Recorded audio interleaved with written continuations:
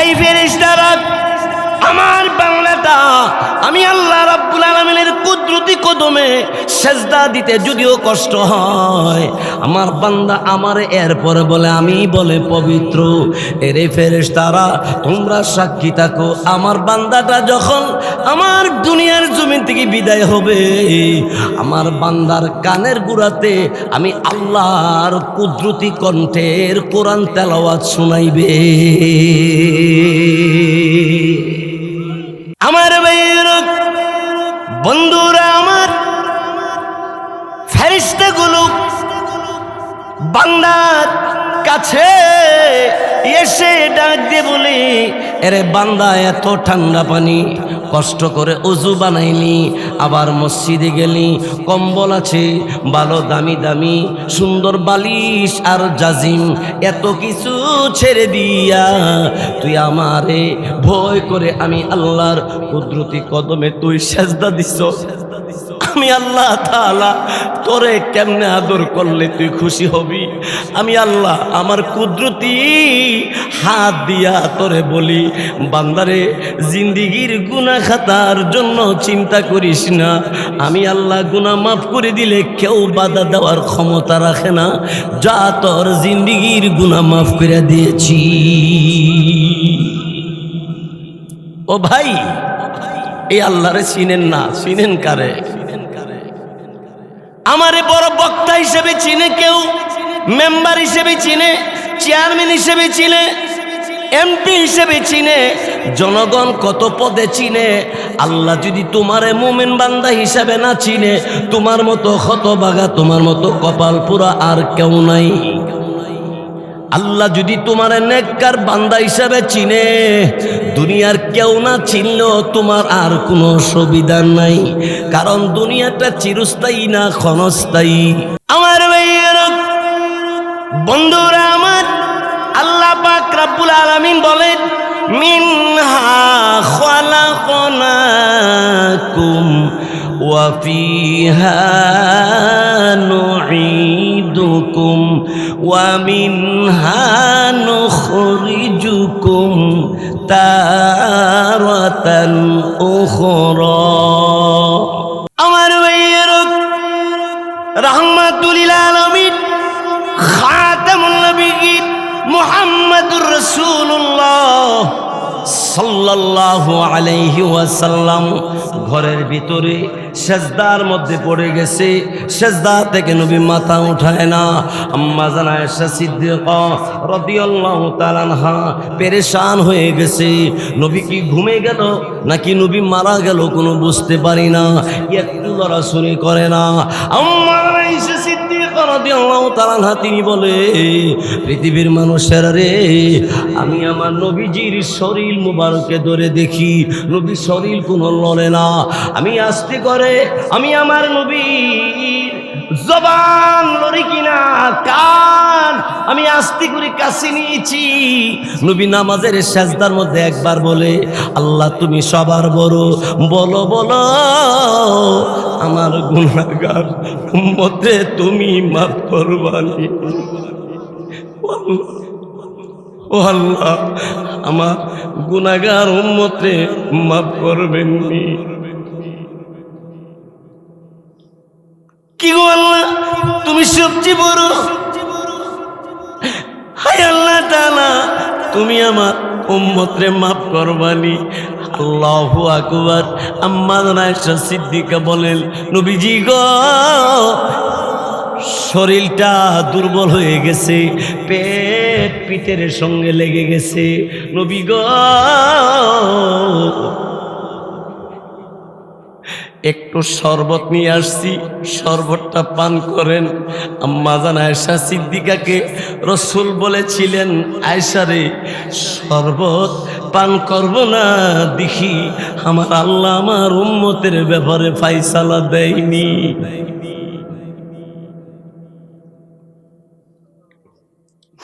আমার ভাইয়েরা, দিনে নবী রাহমাতুল লিল আলামিন আল্লাহ রাব্বুল আলামিন কি বলেছেন, আল্লাহ আপনি সবচেয়ে বড়, আপনি আমার রব, আপনি আমার সব। আমার গুনাহগার উম্মতকে মাফ করেন। আল্লাহ তাআলা তখন ডাক দিয়ে বললেন, হাবিব হে আমার, আপনার উম্মত যদি সেজদা দিতে পারে আমি ওয়াদা দিলাম সেজদার বিনিময়ে জাহান্নাম থেকে তার আমি মুক্তি দিব। আমি আল্লাহ তারে জান্নাতের মেহমান বানাবো।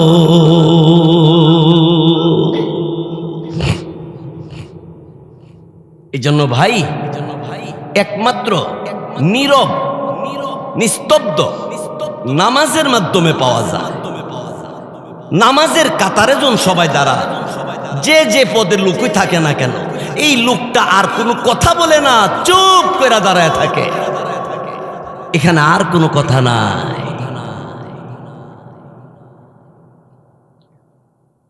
আমার মেয়ের বন্ধুরা, আমার আল্লাহ রাব্বুল আলামিন আমার আপনার নবী রহমাতুল লিল আলামিনকে আল্লাহ রাব্বুল আলামিন অন্যই তখন ডাক দিয়ে বললেন, নবীজি গো, আমি ওয়াদা দিলাম আমার পক্ষ থেকে আপনারে জানাইয়া দিলাম, আমি যদি দেখি আপনার সুন্নত আপনার উম্মতের মধ্যে দেখা যায়, আমি আল্লাহ পাকের কুদরতি কদমে সেজদার মধ্যে পাওয়া যায়, আমি আল্লাহ ঘোষণা দিলাম, আমি আল্লাহ আমার এই বান্দাটারে জাহান্নামের আগুনে জ্বালাবো না।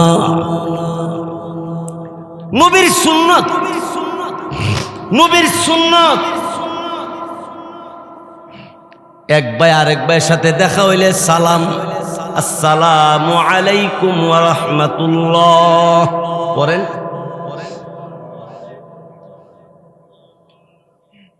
30 বছর 40 বছর যাবৎ তাফসীর শুনতেছেন, ওয়াজ শুনতেছেন, হুজুরদের বক্তৃতা শুনতেছেন, অনেকে সালামটাই শিখলেন না, অনেকে নামাজটাই শিখলেন না, অনেকে এখনো হালাল হারাম বুঝলেন না। তাইলে এই জীবনের ওয়াজের কি লাভ হইল?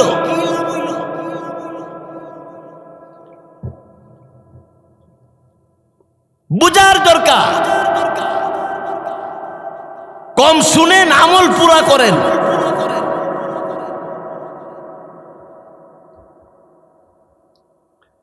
আল্লাহ রাব্বুল আলামিন তিনি বলেন, আমি আল্লাহ তোমাদেরকে সৃষ্টি করেছি মানুষ।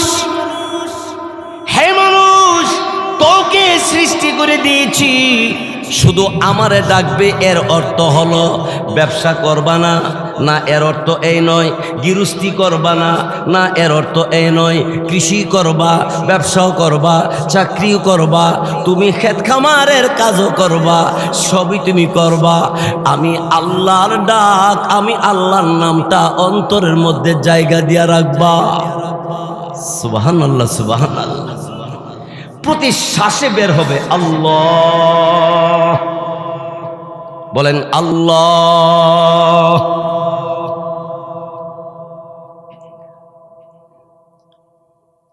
হে মানুষ, তুমি মনে কইরো না তোমারে সৃষ্টি করে দুনিয়ার জমিনে ছেড়ে দিয়েছি, শুধু এখানে শেষ নয়।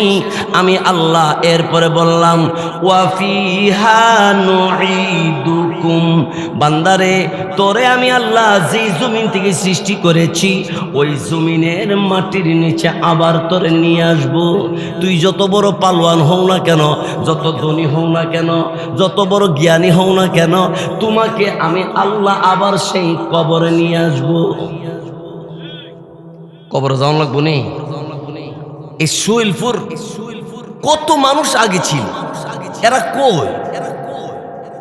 এই সুলপুর ঐতিহ্যবাহী 15 দিন যাবৎ তাফসীর মাহফিল বড় হুজুর রহমতুল্লাহ আলের মাধ্যমে আরম্ভ হয়েছিল, আজও পর্যন্ত চলছে।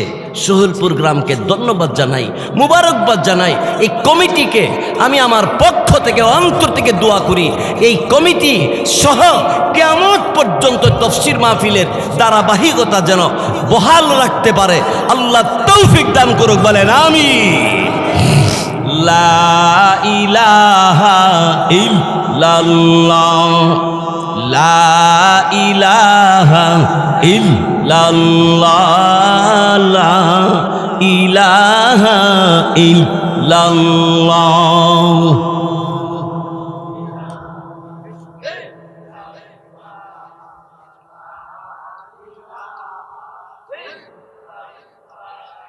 ইল্লাল্লাহ মুহাম্মাদুর রাসূলুল্লাহ সাল্লাল্লাহু আলাইহি ওয়াসাল্লাম। আমার ভাইয়ের, আল্লাহ জি বললেন ওয়া ফিহা নুঈদুকুম, বান্দা পাঁচতলার মালিক তুই, পাঁচতলা থেকে তোরে নামায়া নিয়ে আসবে মরণে। এমন মরণ তোর কাছে পাঠাবো, তোর বাড়ি, তোর ঘর বাড়ি সব কিছু ছেড়ে দিয়া তুই সর্দারি করো, তোর সর্দারি থেকে আমি আল্লাহ তোরে আলাদা করে ফেলবো। তুই এলাকার চেয়ারম্যান, চেয়ারম্যান থেকে তোর আমি আল্লাহ আলাদা করে ফেলবো। তুই বড় বক্তা, আমি আল্লাহ তোর বক্তা থেকে আলাদা করে ফেলবো। হ্যারে বান্দা, তুই যত বড় হোস না কেন, আমি আল্লাহ তোর এই পৃথিবীর জমিন থেকে নেওয়ার জন্য মরণ পাঠাবো। মরণ, মরণ যেদিন আসবে পৃথিবীর কেউ নাই ফিরাইয়া নেওয়ার জন্যে। আছে কেউ ফিরাইতে?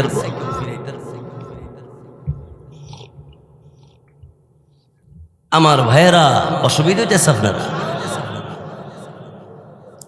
এই জন্য আমি আল্লাহর হস্তে অনুরোধ করছি, আজকে থেকে আমরা আর নামাজ ছাড়বো না।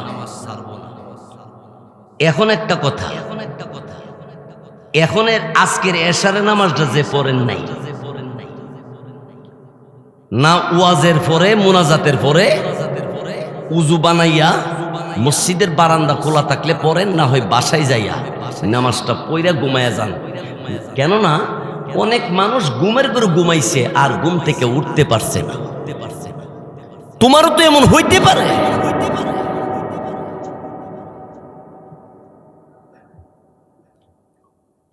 বন্ধুগণ আমার, ভাইয়েরা আমার, নবীজির কাছে কয়েকজন সাহাবী আল্লাহর নবীর কাছে সংবাদ নিয়ে গেছি, ইয়া রাসূলুল্লাহ, ইয়া হাবিবাল্লাহ, নবী গো, আপনার একজন সাহাবী তারে থামাইতে পারি না। আল্লাহ নবী ডাক দিয়ে জিজ্ঞাসা করলেন, আমার এই সাহাবীর নামটা কি? রাসূলকে সাহাবীরা বললেন, ইয়া রাসূলুল্লাহ, আপনার এই সাহাবীর নাম ওসমান গনি, তিনি জান্নাতের মেহমান। সোলপুর মুসলমান ভাইয়ের আমার, বন্ধুরা আমার, ওসমান গনি রাদিয়াল্লাহু তাআলা আনহুকে আল্লাহ নবী ডাকাইলেন, নবীজির কাছে হাজির হইছে। নবীজি জিজ্ঞাসা করে, ওসমান গনি কেন কান্দিস? সবাই বুঝায়, তুই বলে কান্না তোর থামে না। ওসমান গনি ডাক দিয়ে বলে, নবী গো, আমি রাস্তা দিয়া যাওয়ার পথে কবরস্থান আমার সামনে পড়ে গেছে। কবর দেখা আমার ভিতরে আর পানি নাই, আমার শান্তি লাগে না। আমি ওসমান এই কবরে কেমনে ঘুমাবো? যে ওসমান গনির কাছে নবীজির মেয়ে বিয়ে দিছে, যে ওসমান গনির জন্য আল্লাহ জান্নাত রিজার্ভ করে রাখছে। নবীজির পাশে আবু যর গিফারি সহ অন্যান্য সাহাবাই কারাম বসা। সব সাহাবীরা জমিনের মধ্যে পড়ে গইরে কান্দা শুরু করছে। ভাই কান্দ, আল্লাহর কাছে কান্দ, চোখের পানি ছাইরা আল্লাহরে যদি বল, আল্লাহ গুনাহ করছি, ডাক দেন আল্লাহরে, বলেন আল্লাহ, আবার বলেন আল্লাহ। সাহাবীরা জমিনের মধ্যে পড়ে গড়ে গড়ে কান্দে। আমার নবী রহমতে আলম রাহমাতুল লিল আলামিন ডাক দে বলে, সাহাবীরা রে, তোরা এইভাবে কেন ঘরে ঘরে কান্দোস? সাহাবী আবু যর গিফারি রাদিয়াল্লাহু তাআলা আনহু ডাক দে বলে, ও নবীজি, ওসমান গনি কবরে কেমন করে থাকবে? এই ভয়ে যদি তিনি কান্দে, আমি আবু যর গিফারি, আমার তো আর মনে শান্তি নাই। ওই কবরে আমি কেমনে যাবো? সব সাহাবীরা জমিনে বইরা কান্দা শুরু করছে। নবীজির সাহাবীদের ব্যাপারে রাসূল হাদিসের বলেছেন, আসহাবিকা আন-নুজুম, রাসূল বলেন আমার সাহাবীরা তারকার চেয়ে আরো উজ্জ্বল চরিত্র। জোরে কোন আলহামদুলিল্লাহ।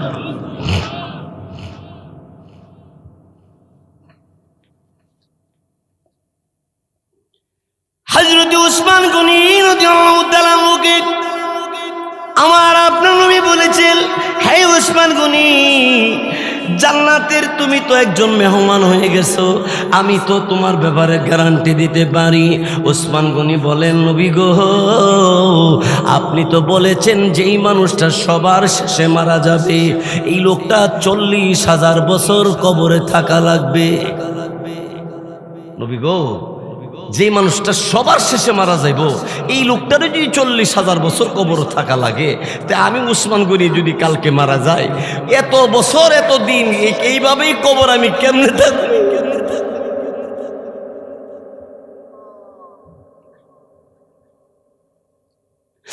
আমার নবী রাহমাতুল্লিল আলামিন তিনি আর চোখের পানি রাখতে পারেন না। আমার নবী দুইটা হাত সামনে দিকে বাড়ায়া দিয়া আল্লাহর নবী রহমতে নবী রাহমাতুল্লিল আলামিন ওসমান গনিকে ডাক দে বলে, ওসমান গনি রে আয়, আমার বুকে আয়, আমার বুকের সঙ্গে তোর বুকটা লাগায়। ওসমান গনির ভাগ্যটা কত ভালো, নবীর বুকের সঙ্গে বুকটা তার লাগাইবার সুযোগ হইল।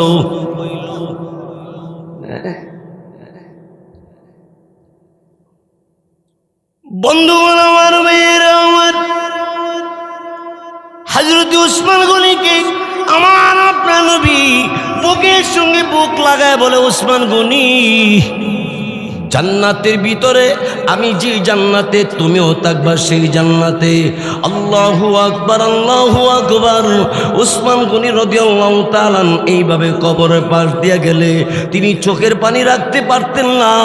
শুধু তাই নয়, কবরের বাচ্চা যেভাবে থরথর করে কাঁপতে থাকে, উসমান গনি এত বড় ধনী, এত বড় বীর পুরুষ, কিন্তু তিনি কবরের সামনে গেলে তিনি কবরের বাচ্চার মতো থরথর করে কাঁপতে থাকতো।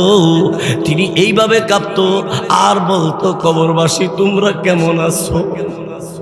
কবর, ও কবর রে, আমি উসমান গনি এই তোমার মাঝে কেমনে থাকবো? যারা হজ করছেন আপনারা দেখতে আইছেন, মদিনাতে জান্নাতুল বাকি নামক একটা গুরুস্থান আছে। এই জান্নাতুল বাকিতে 10,000 সাহাবাই কেরামের কবর আছে। এর মধ্যে খাতুনে জান্নাত ফাতেমার কবর, রসুলের স্ত্রী আম্মাজান আয়েশা সিদ্দিকা রাদিয়াল্লাহু তাআলা আনহার কবর। ওই জান্নাতুল বাকিতে উসমান গনি রাদিয়াল্লাহু তাআলা আনহুর কবর। মদিনা যাই গেলাম, মদিনা যাইয়া জান্নাতুল বাকির মধ্যে প্রবেশ করলাম। উসমান গনি যেই কবরের জন্য কান্ত, এই উসমান গনি যেই কবরে শুয়ে রয়েছে, কবরটা দীক্ষা লই কেমন। আমার জান্নাতুল বাকির বরাবর দক্ষিণ পশ্চিম কোণারে উসমান গনি রাদিয়াল্লাহু তাআলা আনহুর কবর। নাম লেখা নাই, সামনে একটা পাথর, পিছনে একটা পাথর, এক একটা পাথর ওজন বেশি হইলে 1.5 কেজি হইব। আর আমরা সেরা গালি মার্খা বেড়া মারা গেলে কবর হইতে 13 হাত উঁচা, 13 হাত উঁচা গম্বুজ, সবুজ বাতি, সারা বছর বাতি জ্বালায় হুতাইলা। সরকার এটা দেখে না যে অযথা এই লাইট জ্বালায়া কিল লেগে মাজারও জ্বালাইতেছে, এই ব্যাপারে সরকার দেখে না। সরকার দেখে মাদ্রাসা, মসজিদ, এই এতিমখানা, এই সমস্ত মধ্যে বিল কেমনে বাড়ান যায়। সরকার কাছে অনুরোধ থাকবো, এই প্রান্ত পথে যারা অযথা বিদ্যুৎ জ্বালাচ্ছে তাদের প্রতিহত করা হোক।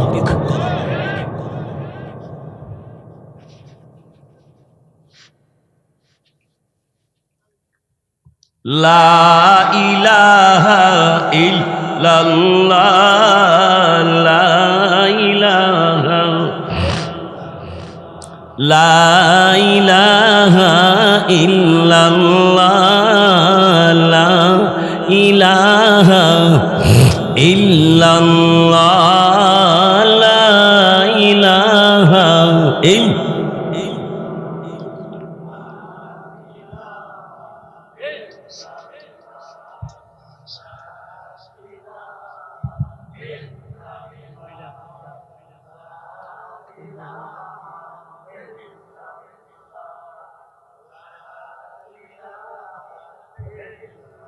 লা ইলাহা ইল্লাল্লাহু মুহাম্মাদুর রাসূলুল্লাহ সাল্লাল্লাহু আলাইহি সাল্লাম। ভাইরা আমার, বন্ধুরা আমার, ইশারে নামাজ শেষ হওয়ার পরে আমার নবী সাহাবায়ে কেরামদের কিনে বসে তালিম করতেন। তালিমের প্রথম সবক, উম্মত মরণের কথাটা কিন্তু স্মরণ রাখো। সব কথা এক কথা, মরণের কথাটা স্মরণ রাখো, কারণ মরণ তো এমন এক জিনিস, ভাই তোমারে ভুলে যাবে, বিবিও তোমারে ভুলে যাবে, ছেলে মেয়েও তোমারে ভুলে যাবে, বন্ধু বান্ধব তো তোমারে আগেই ভুলে যাবে।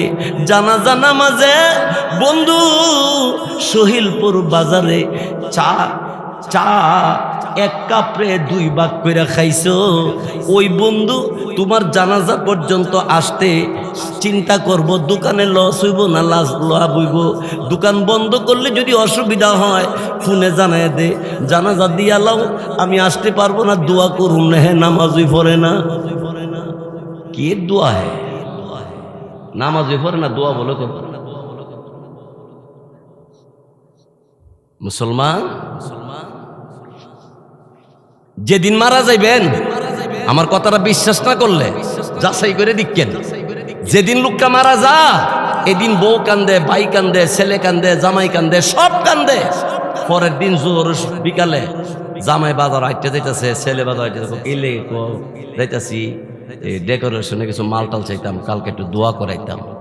দোয়াটা করাইতে দিয়া পরের দিন 7 আপ, আইসক্রিম ইত্যাদি ইত্যাদি খাওয়া দাওয়া করে পরের দিন ছেলে গেছে গা অফিসে, জামাই গেছে গা বিদেশে, একজন এক জায়গায় গেছে গা, বউ 2 দিন থুম পাইতে রইছে। এর পরবর্তীতে ফুতে রেখ তো বাপ্পু গেছে গা, অন কেমনি কিতা করবে, খেতে জমা দিবে না কিতা করবে, বিডি পরামর্শ শুরু হইছে। তোমার কি হইব, তুমি কি করে গেলা, এই কয়েকদিন মনে করব, এরপরে তোমার কেউ মনে করবে না। তোমার কবরে গিয়ে তোমার জিয়ারত করব, তোমার লাগি দোয়া করব। এটার বাস্তব প্রমাণ হইল আপনার আব্বা আম্মা যে মারা গেছে, আপনি কয়দিন গেছেন জীবনে জিয়ারত করতেন? কেড়ে যান না, সময় হয় না হুজুর। তা আমনের বেলা আমনের ছেলে মেয়ে সময় হইতো না, এই জন্য নিজের কাম নিজে কইরা যান।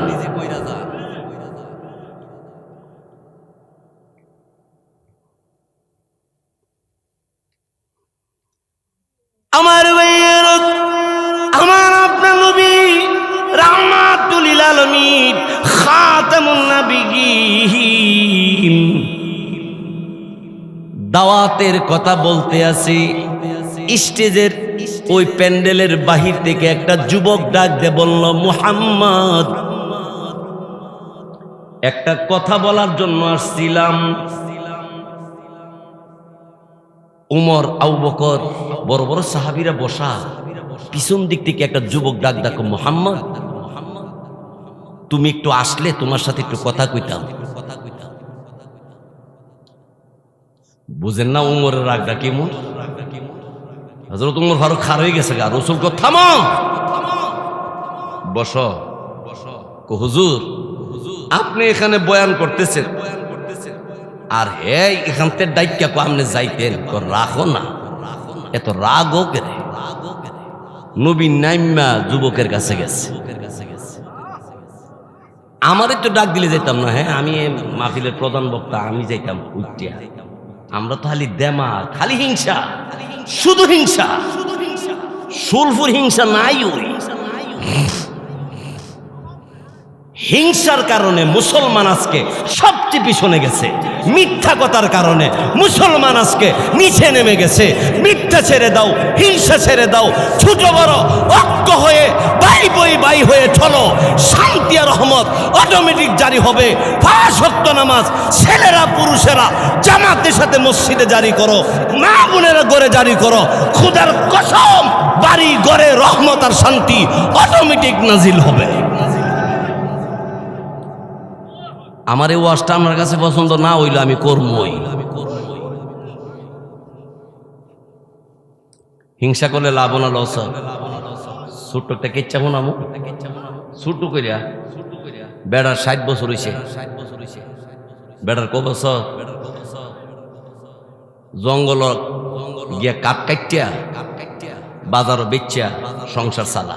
60 বছর বয়স হয়েছে তো দুর্বল হয়েছে, গিয়া এখন কাঠ না কাটিয়া গিয়ে জিরাইতেছে। এক দানবের ডাক দেখো, জিরানোর দরকার নাই, 2টা পাথর দিয়ে দেয় বাজ্যে গিয়া। রাত্রেবেলা একটা পাথরের লোক আরেকটা পাথর বসা দিলে আমরা দানব, আমরা যামো, তোর যা লাগবো সব দিয়া কোথাইলে দে পাথর দিছে। পাথর দেওয়ার পরে দানবে ডাক দেখো, পাথর যে লইস বাজ্যে যে বসা দিবে, আমরা যে যামো, তোর যা লাগবো তা দিয়ামো, ঠিক আছে, কিন্তু তোর যদি দেই 2000, তোর বাইরে দিমু 4000। অর্থাৎ তোরে যত দিমু তোর বাইরে ডাবল দিমু, কোনো পাথর রাইখা দাও।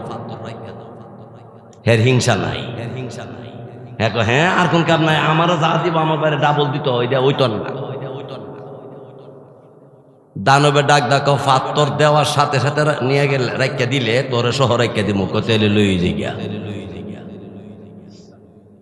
আল্লাহ পাথর লইয়া যাইতেছে, পথের মধ্যে সরকারি ভাবে এলান হইছে, যার বয়স 50 পার হইছে তার 6 মাসের জন্য সরকারের সাথে দেশ ভ্রমণে যাইতে হইব, না গেলে 12 বছর জেল কাটানো লাগবে। হ্যাঁ আইসব না, যদি যাই সফরও পাথর একটা লাগলে দানও বাইলে আমারে যা দিব আমার বাইরে ডাবল দিয়ে লেবো। এই ফোর্স এক বিপদ, আরেক বিপদ দিল যদি না সফরও যা, তাহলে 12 বছর জেল কাটানো লাগবে। করণ রাখি বুদ্ধি একটা করছে, কি বুদ্ধি? বাড়িতে গিয়া বউ বেড়ার যদি 60 বছরও হে বিধি বউরা কিতা বুনি না, বুড়ি বুড়ি গিয়া বউরে কইছে, একটা পাথর তুই দক্ষিণ করো আর একটা তুই উত্তরে করো, আমি আওয়ার আগ পর্যন্ত একটা পাথর আর একটা পাথর লগে করলাম লাগাইস না। বিরাতের কাছে কোনো কথা কইয়া যদি কোন বলে এটা কইরো না, তাইলে আমনে সুরপুর বাজার যাইবার আগে এটা নন্দনপুর পার হইব। বুদল পার হইয়া হে দিক দেখ করে ওই আশুগঞ্জের জাম লাগে যে হে জায়গা দিয়ে আটকাইব। গাড়ির জাম লাগে, কিন্তু বিরাতের কথার মধ্যে জাম লাগে ওই না।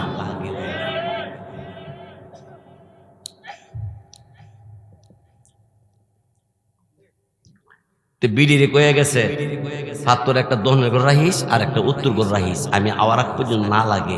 বিড়ি কি লেগে জেনে কইল, রাত্রেবেলা একটা পাত্র আর একটা পাত্র লেগে বাড়ি দিছে। দেওয়ার পরে দানব আইছে। দানব তো কথা মতো হাজির। কেন দানব? হ্যাঁ বিড়ি আমার জামাই বাইত না, বাড়ির টাউন লাগতো না, পাথর গসা দিলই চলে, লাগবো কি কো?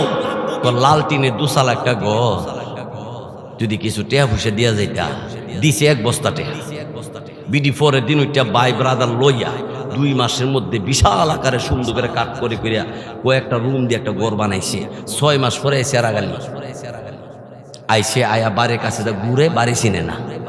কেমনে চিনবো? হ্যাঁ তো লালটিনের ঘর আছে, তখন তো এরকম 4 সালা এত বড় ঘর, হ্যাঁ দেখ হ্যাঁ ডোরে ডুহে না। এক বেটার জিগেল, কিরে আমার ঘরটা নিলে নিচে গা, আমার বোন নিডারে নিচে গাড়া, কোনা বুনিও আছে, সবই আছে, এই ঘর তোমার। হে মাথা তাঁত দিয়ে কয়, আয় হ্যাঁ হ্যাঁ রে, পাথর মনে বসা দিয়ে ওই নিয়েছে। হে একটা দূরটা গেছে বাইয়ের বাইর গিয়া দেখে 2টা ঘর। আরে কথা তো ঠিকই আছে, আমারে একটা গড় দিলে হেরে 2টা গড় দিব, আমার 1 দিলে হেরে 2 দিব, দিয়ালে সে 2টা দিটি হই। হে বাই তাইয়া ঘরের ভিতরে ঢুকিয়া একবার হুতে আর একবার উঠটা বজিগা, কি ব্যাপার প্রেসারে চাপ দিছে নাকি? তা না, হিংসা চাপ দিছে। তে বউ কো প্রেসারের ট্যাবলেট আছে, হিংসার তো ট্যাবলেট নাই, এ ডাক্তার ওহনো বাইরে শুই না, তোমার হিংসা কেমনে থামাইতাম? কথা মামু পাত্তুরটি আবার আন। ও কেমনে ও দুনটা আবার গোসা দে ও দিলে অহন আর আনতাম না দিলাম ও কি দিবা ও আমার একটা শখ দিলাম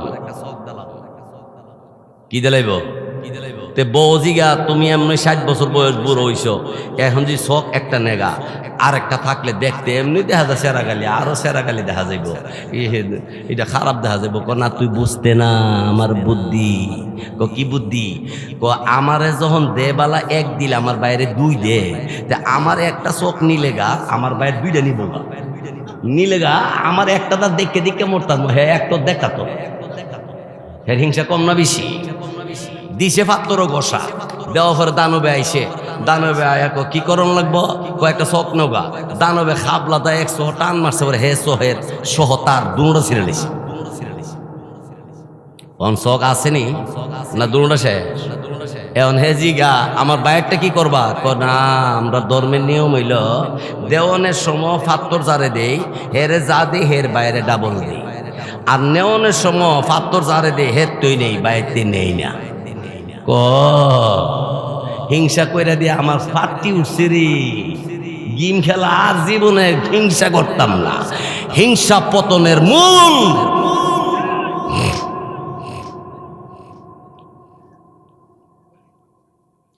আপনার অসুবিধা হইতেছে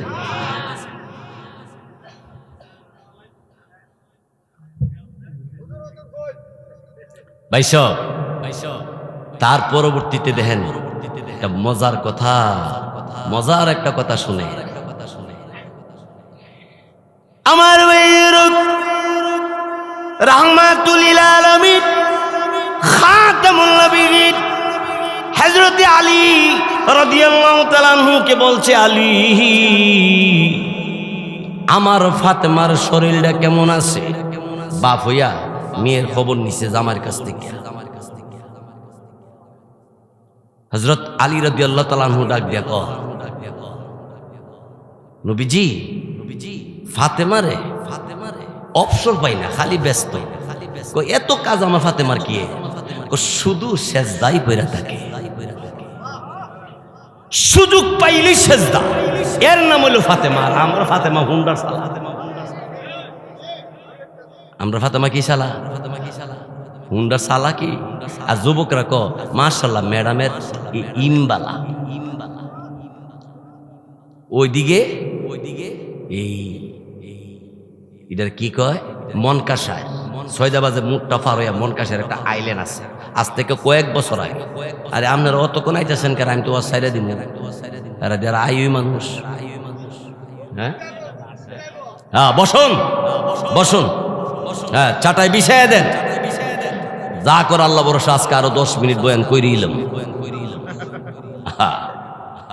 লা ইলাহা ইল্লাল্লাহ লা ইলাহা ইল্লাল্লাহু মুহাম্মাদুর রাসূলুল্লাহ সাল্লাল্লাহু আলাইহি ওয়াসাল্লাম তো বলতেছিলাম এই মনকাশারের আর বাদু এই সৈদাবাদের মোড়ের পর একটা আইল্যান্ড আছে একটা ব্রিজের পুরা আইল্যান্ড এই আইল্যান্ডের মধ্যে ফট খায়া বিড়ি কাটতে পড়ছে আর আমি ড্রাইভারে কইছি জায়গা ফাঁস হয়ে বালিশ থেকে একটা দিয়া যাও যেতে হবে মহিলারা শোনো হযরত আলী বললেন অগনবীজি ফাতেমার অবসর পাইলাম কি করে আপনার মেয়ে ফাতেমা অবসর পাইলি সাজদায় পড়ে কান্দে আর বলে আল্লাহ ওগো আল্লাহ তাআলা আমার আব্বা রহমতের নবী রাহমাতুল লিল আলামিন কঠিন কিয়ামতের ময়দানে সুপারিশ করবে গো আমার আব্বা বলেছে এই ফাতেমা আমল যদি ভালো না হয় আমি ফাতেমা আমি নবী তোমার মতো ফাতেমারে আমি সুপারিশ করতে পারবো না রে ফাতেমা আমল যদি ভালো হয় আমি নবী ওয়াদা দিলাম আমি তোমারও সুপারিশ করব ওগো নবীজি ফাতেমা এই জন্য কান্দে সাজদায় পড়ে আল্লাহ রাব্বুল আলামিনকে ডেকে ডেকে বলে, আল্লাহ গো, আমার আব্বা যেখানে সুপারিশ করার অধিকার পাবে, আমি ফাতেমার আমল যদি ভালো না হয় তাহলে আমারও বলো সুপারিশ করবে না। ওগো আল্লাহ রব্বুল আলামিন, এমন কঠিন কিয়ামতের ময়দানে আল্লাহ রব্বুল আলামিন আমার আব্বা বলেছে সেজদা করনেওয়ালা এই লোকটার দাম আল্লাহর কাছে আপনার কাছে বেশি হবে। ওগো আল্লাহ, আমার জীবনে আমি যতটুকু সময় পাইছি, আমি যতগুলি সেজদা করেছি আমার সেজদা কবুল হইছিনি। ওগো আল্লাহ, আমার মন বলে মনে হয় কবুল হইছে না, আবার বুঝু বুঝু বানাই আমি সেজদায় পড়া যাই। সেজদার মধ্যে পইরা আধা ঘন্টা 1 ঘন্টা পইরা থাকে, সেজদা থেকে উঠিয়া মনে মনে কল্পনা করে, হাইরে আমার সেজদাটা মনে কবুল হইছে না, আমি আবার উজু বানাই আবার সেজদায় পড়ি। এর নাম ফাতেমা।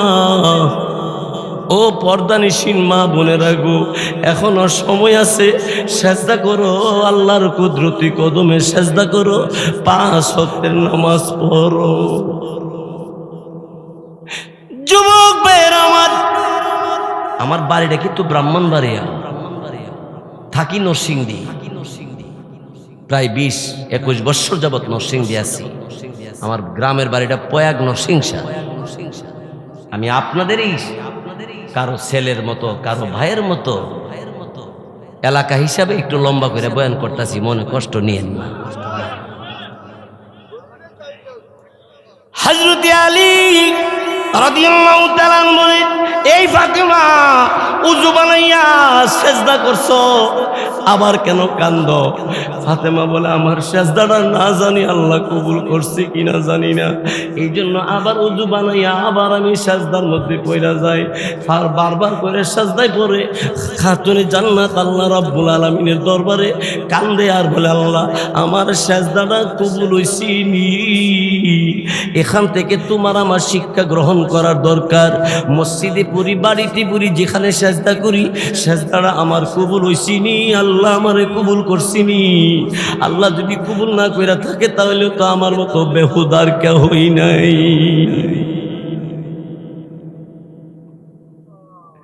আমার আপনার নবী রাহমাতুল লিল আলামিন খাতামুন নবিয়্যিন অঙ্গেরাতে বলে, কিরে আলী, আমার মেয়ে সেজদার মধ্যে থাকি এই ব্যস্ত আর কি করে আমার ফাতেমা? এমনি তখন নবীজিকে আলী রাদিয়াল্লাহু তাআলা আনহু ডাক দে বলে, ওগো নবীজি, আপনার মেয়ে ফাতেমা আমিও যদি ঘরের মধ্যে ঢুকি, বসা থাকলে আস্তে করে দাঁড়ায় এক সাইডে চইলা যায়। আমি জিজ্ঞাসা করি, ফাতেমা, আমি তোমার স্বামী আলী, কেন তুমি আজগা চলে গেলা, কেন চলে গেলা একটু আড়ালে? হযরতে ফাতেমা ডাক দে বলে, স্বামী হে আমার আব্বা বলছে বেগানা কোনো পুরুষে দেখলে এই শরীর জাহান্নাম ছাড়া জান্নাতে যাইতো না। আমার ডর করে আপনি আলী না হইয়া না জানিয়া অন্য কেউ ঢুকে গেছে কিনা। আর আমরা স্বামী ডাক দেখ আর দেও ডাক দেখ, উঠতে গিয়া বেড়ে কে? হ্যাঁ, আমি নিউ মার্কেটের ব্যবসায়ী, আপনি যেন আমার কাপড় কিনেন। ও বাইসা বাইসা বাইসা কোথায় লেব? থুতা নামাই লেব।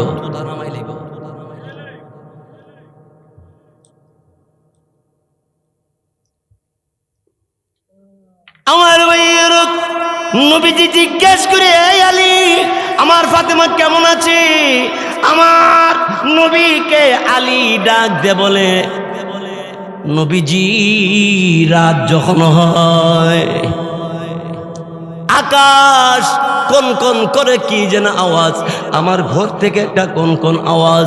আমি হঠাৎ করে লক্ষ্য করে দেখি আপনার মেয়ে ফাতেমা আল্লাহরে ডাকে, আল্লাহ আল্লাহ আল্লাহ আল্লাহ আল্লাহ আল্লাহ আল্লাহ আল্লাহ আল্লাহ আল্লাহ। এই সোহেলপুরের আমার মুসলমান ভাইরা, আকাশ যখন রাত হয়, গভীর হয়, আকাশ থেকে ফেরেশতারা গুনগুনে জিকির করে। দুনিয়ার জমিনে বান্দা যখন জিকির করে, আল্লাহ রব্বুল আলামিন ডাক দেয়া বলে, ও আমার বান্দা বান্দি, তুমি সহিলপুর জমিনের মধ্যে বসে তুমি যখন ঠোঁটটা লড়াও, তুমি যখন তোমার জিহ্বাটা লড়াও, আমি আল্লাহ আরশে আজিম থেকে আমার কুদরতি বরকতি জবান লড়ায় বলি, বান্দা তোর ডাকের আওয়াজ আমি আল্লাহ আরশে আজিম থেকে শুনতেছি। জোরে বলে আল্লাহু আকবার।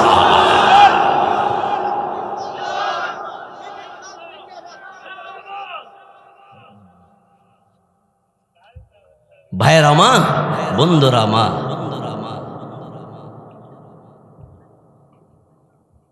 তারপরে শুনেন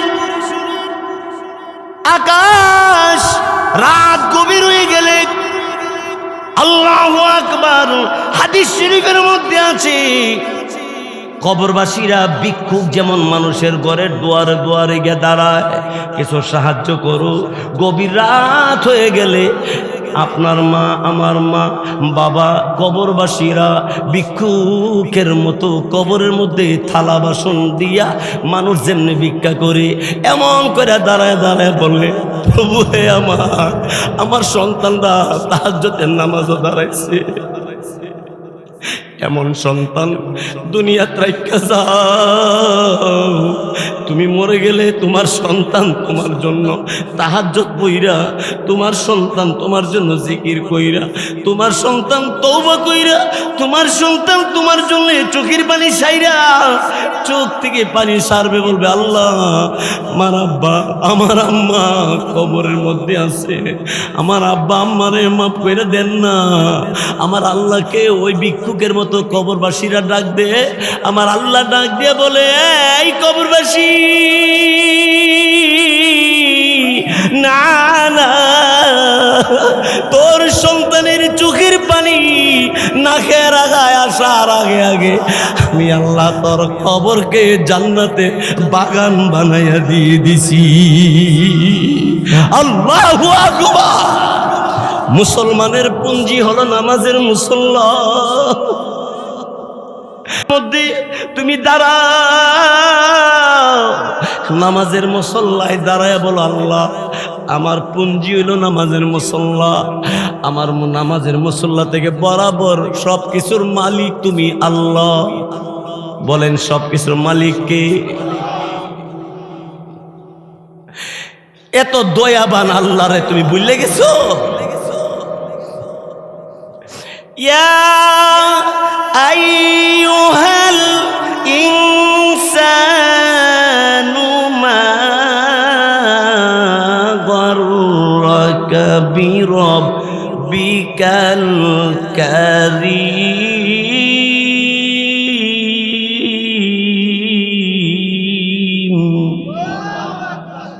আল্লাহু আকবার। আল্লাহ বলে, বান্দারে আমার মতো দয়াবান আল্লাহরে সাইরা তোরে কোন জিনিসের ধোঁকা দিল? তোরে টাকা ঘুরাই নিয়ে গেছি, তোরে ব্যবসা ঘুরাই নিয়ে গেছে গা, তোরে খেতে খামারে ঘুরাই নিয়ে গেছি, তোরে রং তামাশা ঘুরাই নিয়ে গেছে গা। কিরে বাংলা বান্দি, আমি আল্লাহ রাব্বুল আলামিন তোরে মানুষ বানাইছি, তোর কি খবর নাই? ওয়ানু ওয়াফি হানুইদুকুম, আমি আল্লাহ রাব্বুল আলামিন তোরে আবার সেই কবরে নিয়ে আসবো, যেই কবরের জানালা নাই, যেই কবরের কোনো গেট নাই। আপনাদের সুলপুর কবরস্থানের জানালা দে গেট আছে? নিচে মাটির বিছানা, উপরে কাঁচা বাঁশের সাইমানা, এর নাম হলো কবরখানা। তোমারে শোয়া দিয়া যার যেমনে চলে আসবে, বনকানা কি ফেরেশতা কবরের ভিতরে আসবে। আবু বকর সিদ্দিক রাদিয়াল্লাহু তাআলা থরথর করে কাঁপতেছে। আমার নবী বললেন, আবু বকর থরথর করে কেন কাঁপো? আবু বকর বলে, কবরের ভিতরে মুনকার নাকির ফেরেশতা যখন আমারে জিজ্ঞাসা করবে, আবু বকর প্রশ্ন করতে আসছি, জবাব যদি না দিতে পারি, এই কবরে ডাইনে বামে জায়গা নাই দূর দিয়া যাওয়ার মতো, এই কবরের ভিতরে আমি আবু বকর যেদিন শুইব, কেমন করে গো কবরের জীবন যাপন করব, এই ভয়ে আমার শরীর কন্ট্রোল করতে পারি না, আমার শরীর কাঁপুনি আরম্ভ হয়। যুবক, ও যুবক ভাইয়েরা,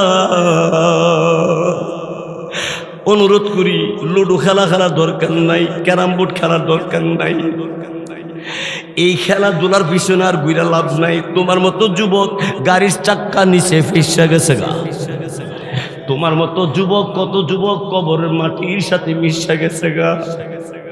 এই যুবক, এখনো সময় আছে, আল্লাহ তাআলার কুদরতি কদমে সেজদা করো, অর্থাৎ 5 ওয়াক্ত নামাজের সঙ্গে সম্পর্ক করো। আল্লাহ আমাদের সবাইকে তৌফিক দান করুক, বলেন আমিন। বন্ধুগণ আমার, ভাইয়েরা আমার, এখানে শেষ নয়। আল্লাহ রাব্বুল আলামিন এরপরে বলেন,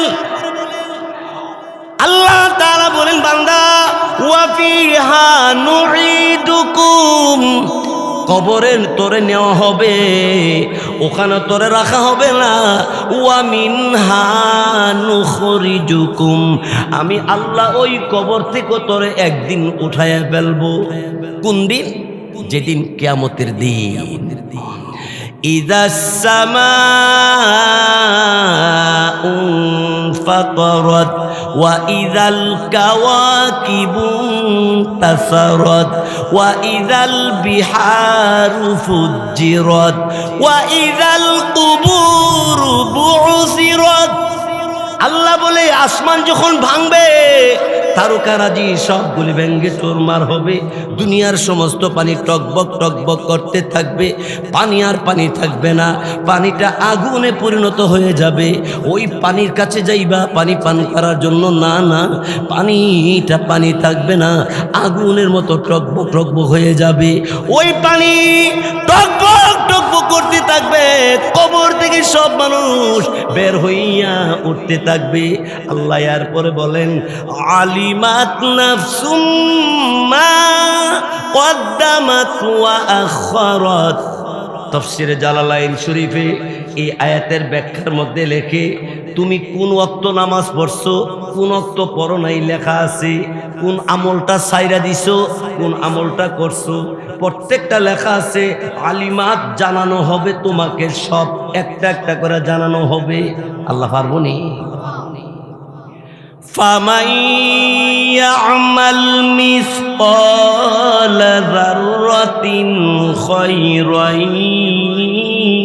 يَرَهُ وَمَن يَعْمَلْ مِثْقَالَ ذَرَّةٍ شَرًّا يَرَهُ। জাররা পরিমাণ যদি নেক আমল থাকে, এটাও আল্লাহ আপনাকে আমাকে দেখাইব। জাররা পরিমাণও যদি গুনাহ থাকে, সেটাও আল্লাহ আপনাকে আমাকে চোখের সামনে দইরা তুলব। বান্দা তখন কইব, এত পাপ করছি আমি, আমার তো মনেই পড়ে না। আল্লাহ বলবে, সৃষ্টি করছিলাম, কবর আনলাম, কবর থেকে এখন বের করলাম, এখন তোর আমল নামার হিসাব হবে, এখন সব দেখ, তুই দেখ। বান্দা না দিয়ে বলবে, আল্লাহ এমন ভাবে যে তুমি চাপ দিয়ে ধরবা, যদি জানতাম এক ওয়াক্ত নামাজও ছাড়তাম না। সোলপুরে যুবক ভাইয়েরা, পর্দানিসীন মা বুড়া মা, আমার মুরব্বী বুড়া বুড়া বাবারা, আজকে থেকে আর কোনো দিন নয়, আল্লাহর বিধান আমরা বাদ দিব না, নবীর সুন্নত আমরা ছাড়ব না। আফসোস করতে করতে নবী বলেন, হাতের আঙ্গুলে কামড়াইতে কামড়াইতে কবজি পর্যন্ত হাত চাবায়া খাইয়া, সামনে চাবায়া খাইয়া লাইব। আফসোস করতে করতে, কেন রে ঘুমাইয়াছিলাম, কেন রে ফজর পড়লাম না। ফজর নামাজ না পড়া আপনি 10 মিনিট বেশি ঘুমাইছেন, আর যে পড়ছে হে হয়তো 10-15 মিনিট কম ঘুমাইছে। একটু বেশ কম না? গুনাহ, সব গুনাহ মজা, গুনাহ কোনোটাই বেমজা নাই। গুনাহ সব ভিটামিন সিরাপ, ভিটামিন সিরাপ তো তিতা না, গুনাহ সব ভিটামিন সিরাপ, ভিটামিন সিরাপ সব মিলা। এক করে যে কোনো গুনাহ করবেন, খালি মজা লাগবে। কিন্তু গুনার পেছনে উপরেরটা হইল মজার, উপরেরটার নাম হইল সাজা। 10 মিনিট বেশি ঘুমাইলা ফজরে লক্ষ লক্ষ কোটি কোটি বছর জাহান্নামের আগুনে জ্বলতে হবে। আমার ভাইয়ের বন্ধুরা, আমার আপনার নবী রাহমাতুল লিল আলামিন খাতামুন নবিয়্যিন, তিনি যখন এই আয়াত পড়তেন ওয়া নুখরিজুকুম তারাতান উখরা, সাহাবায়ে কেরাম এইভাবে লাফালাফি শুরু করতেন। আল্লাহ নবী বলতেন, সাহাবীরা রে কেন এইভাবে লাফালাফি করো? নবীজিকে তখন সাহাবীরা বলেন, ইয়া রাসূলুল্লাহ, আল্লাহ রাব্বুল আলামিন পৃথিবীর ভিতরে আমাকে মানুষ বানাইয়া আবার কবর নিবে, কবর থেকে আবার যখন ওঠাবে, এখানে শেষ নয়। আপনি বলেছেন প্রত্যেকটা জিনিসের হিসাব হবে। আল্লাহর কালাম কোরআনের তেলাওয়াত করে আপনি আমাদেরকে শুনাইছেন। পড়েন আমার সাথে যারা পারেন, সুম্মা লাতুসআলুন্না ইয়াউমাইযিন আনিন নাঈম।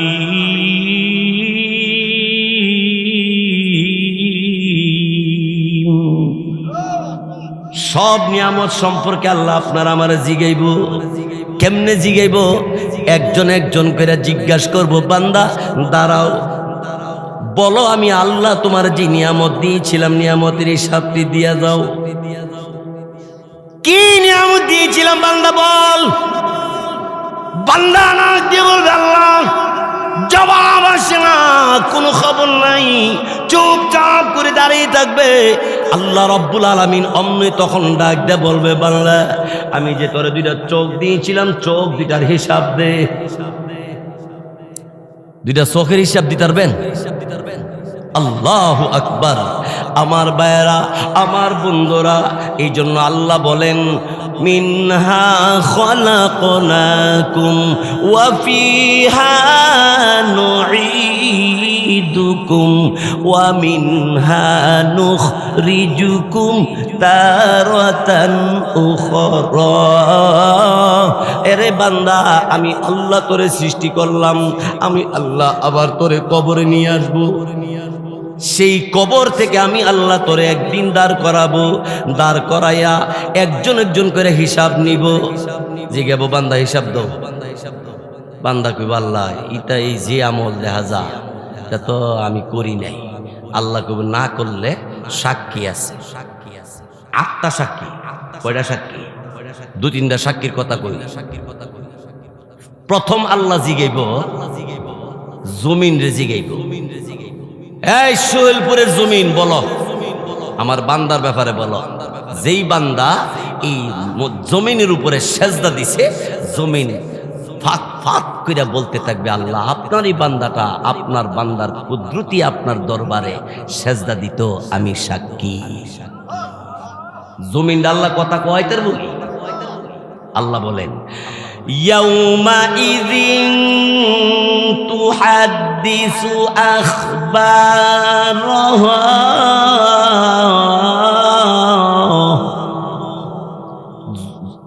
খবর হইল একটা খবর, আখবারাহা অর্থাৎ সব খবর। আপনার জীবনে জমিনের উপরে যা করছি আমি আর আপনি সব জমিনে কয়ে দিই। বান্দা বলবে, হাই হাই জমিন এইভাবে ধরছে। আরেক দিক দিয়ে আরেকটা সাক্ষী দাঁড় করাইব আল্লাহ। আমার আল্লাহ রাব্বুল আলামিন আরেকটা সাক্ষী দাঁড় করাবে, ওয়া শাহিদু ওয়া মাশহুদ। শাহিদুন শব্দের অর্থ হলো সাক্ষী দেনওয়ালা, যে সাক্ষী দে তারে শাহেদ বলা হয়। আল্লাহ রাব্বুল আলামিন জুমার দিন কি জিজ্ঞাসা করবে, জুমার দিন রে আমার যেই বান্দাটা জুমার নামাজ পড়ছে তুমি বলো, যেই পড়ে নাই তার ব্যাপারে বলো। জুমার দিন জুমার নামাজ পইরা যারা আল্লাহর কাছে তওবা করলো তার পক্ষে জুমার দিন সাক্ষী দিব। আর জুমার নামাজটা যে পড়লো না, জুমার নামাজ তার বিরুদ্ধে সাক্ষী দিতে আরম্ভ করব। বান্দা হয় পেরেশান হয়ে যাবে, হাই হাই করে করতে থাকবে, পেরেশান হয়ে যাবে। আল্লাহ রাব্বুল আলামিন বলবে বান্দা এখানে শেষ নয়, আল ইয়াউমা নাখতিমু আলা আফওয়াহিহিম ওয়া তুকাল্লিমুনা আইদিহিম ওয়া তাশহাদু আরজুলুহুম বিমা কানু ইয়াকসিবুন।